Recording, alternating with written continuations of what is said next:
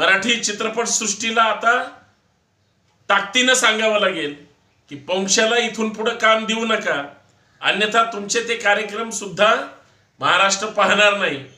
कारण विकृत माणसाचं थोबाड कुठल्याही माध्यमावर, कुठल्याही दूरचित्रवाणीवर बघण्याची महाराष्ट्रातल्या जनतेची इच्छा सुद्धा नाही. घाणेरडी विचारसरणी आणि त्याची मांडणी आणि त्याचं समर्थन करणारा व्यक्तीमध्ये शरद पोंक्षे.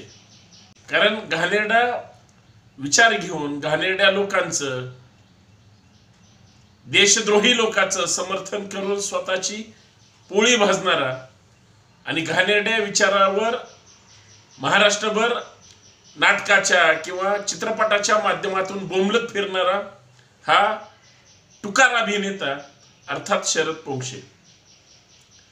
खरं तर सरकारने अशा विकृत मानसिकतेच्या घाणेरड्या लोकांची खरं तर वेळेतच शाब्दिक नसबंदी करायला पाहिजे.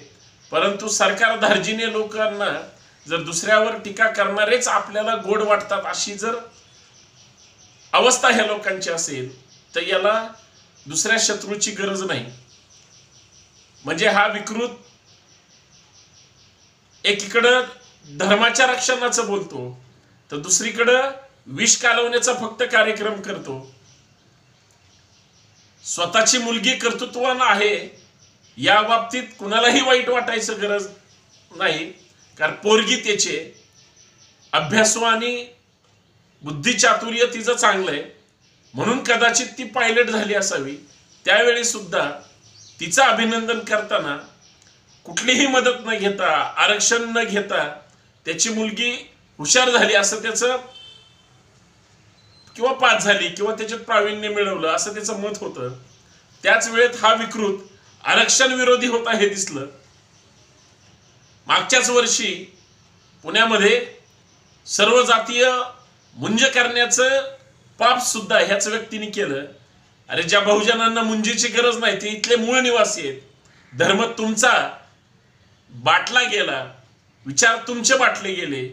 आमचे विचार अभेद्य आहेत. इथल्या मातीशी नाळ जोडणारे असताना सुद्धा काही तथाकथित भैताड बहुजन हे त्यांच्या कळपात जाऊन स्वतःचं शुद्धीकरण करून घेतात.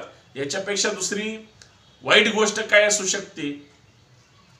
पण ही सगळी मनोवादी संघी मानसिकता हे अशा विकृतीला जन्म घालते. महात्मा गांधींच्या वडिलांच्या किंवा त्यांच्या जे काही आयडियोलॉजीवर घाणेरडं वक्तव्य करत असताना तो काल राहुल गांधींपर्यंत, त्यांच्या म्हणजे डीएनए पर्यंत जर हा पोहोचला असेल तर याचा सुद्धा बाप कोण आहे हा सुद्धा शोधलं पाहिजे. प्रामाणिकपणे सांगा की विकृत हा पोंक्षे याच्या बापाबद्दल तरी तो सांगू शकतो का? आणि सांगो किंवा न सांगो, पोंक्षेला सतत घाणेरडं याच्यासाठी बोलायचंय. पोंक्षेला सतत घाणेरडं याच्यासाठी मार्केटमध्ये राहायचंय. कारण याची विचारधारा घाणेरडी असताना याला जे मार्केटिंग मिळतं किंवा मार्केट मिळतं हे घाणेरड्या विचारांमुळेच. इथं दुसरे बोलले तर त्यांच्यावर कदाचित गुन्हे दाखल होतील. ही सध्याची सिस्टीम झाली. अभिव्यक्ती स्वातंत्र्याचं तर म्हणजे सोयीनं वापरला जातो.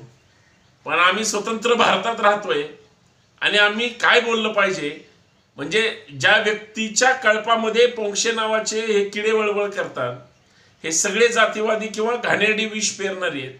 अरे महात्मा गांधी या देशाचे राष्ट्रपिता आहेत. स्वातंत्र्य चळवळीमध्ये फार मोठे योगदान आहे. देशाचे प्रधानमंत्री सन्माननीय मोदीजी सुद्धा गांधीजींसमोर नतमस्तक होतात.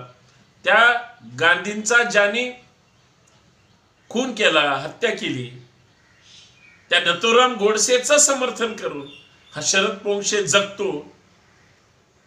म्हणजे विकृतीचं समर्थन करणारा व्यक्ती जर परत घाणेरडं वक्तव्य करत असेल तर आमच्या देशाची कायदा सुव्यवस्था हा कुणाच्या बाजूने चर्चा केली जाते. काय असेल तर त्यांचं ते सरकार आणि ते ठरवून घेतील. परंतु महाराष्ट्राची तरुणांची, तरुणींची, बुद्धिवंतांची या सगळ्यांची दिशाभूल करून घाणेरडं वक्तव्य करून ह्या पोंक्षाला काय साध्य करायचंय म्हणजे याच्यावर बोलावं एवढी ह्या पोंक्षाची लायकी सुद्धा नाही. पोंक्षे हा अत्यंत घाणेरडा, विकृत आणि सडक्या विचाराचा माणूस आहे. कदाचित याच्या मेंदूला सुद्धा कोरोना झाला की काय अशी अवस्था आहे. कारण थोबाड उघडलं की हा घाणेरडा बोलतो. ही जर याची अवस्था असेल तर हा असू शकते ज्याच्या वंशावळीचा सुद्धा हा संशोधनाचा विषय. इथे असं का बोलावं लागतं का तू जर मोठ्या माणसांबद्दल बोलत असेल तर तुझ्यावर सुद्धा कोणीतरी बोलू शकतं. पण सगळ्यात महत्वाचं या सगळ्या गोष्टीमध्ये ज्यावेळेस याच्यावर बोलली जातात लोक किंवा बोलतात त्यावेळेस हा मात्र थोबाड मातीत घालून कुठल्या तरी कोपऱ्यात पुटपुट करतो आणि त्याच्या 2 बातम्या छापून आणतो. याच्यापेक्षा दुसरी पात्रता लायकी नाही. मराठी चित्रपट सृष्टीला आता ताकदीनं सांगावं लागेल की पोंक्षाला इथून पुढे काम देऊ नका, अन्यथा तुमचे ते कार्यक्रम सुद्धा महाराष्ट्र पाहणार नाही. कारण विकृत माणसाचं थोबाड कुठल्याही माध्यमावर, कुठल्याही दूरचित्रवाणीवर बघण्याची महाराष्ट्रातल्या जनतेची इच्छा सुद्धा नाही. इतका विकृत आहे हा पोंक्षे आणि तो घाणेरडा बोलतोय आणि त्याला कुणीच त्या ठिकाणी आवरत नसेल. कदाचित सरकारचा सुद्धा छुटपा पाठिंबा असेल. जसा मनोहरपंत भिडेंच्या पाठीमाग सरकारचा जाहीर पाठिंबा आहे तसाच कदाचित पोंक्षे घाणेरडं बोलला तरी त्याच्या पाठीशी या लोकांचा जर पाठिंबा असेल तर यापेक्षा दुसरं दुर्दैव ते काय.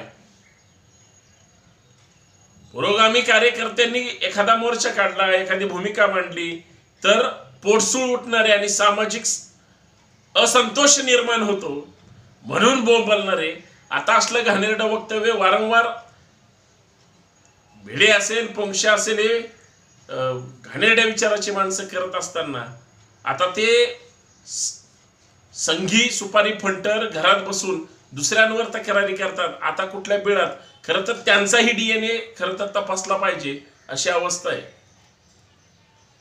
कारण ठरवूनही कुचक्या मानसिकतेची लोक कुणाला साईड कॉर्नर आणि कुणाला सॉफ्ट कॉर्नर देतात हे सुद्धा तपासणं गरजेचं आहे. पण पोंक्षे हा विकृत आहे, संघी आहे, घाणेरड्या मानसिकतेचा आहे आणि याच्यापासून महाराष्ट्राला वाचवलं पाहिजे असंच या ठिकाणी वाटतं. कारण हा डोक्या भडकवण्यापेक्षा डोक्यात विष कालवणार, विकृती करणार आणि सामाजिक तेढ निर्माण करणारा पोंक्षे हा विकृत आणि वाईट आहे हे साध्या भाषेत सांगायला कुठल्या एखाद्या संशोधकाची सुद्धा गरज नाही. लक्षात ठेवा. अशा विकृत मानसिकतेचा एक जागरूक नागरिक म्हणून, महाराष्ट्राचा नागरिक म्हणून निषेध करतो.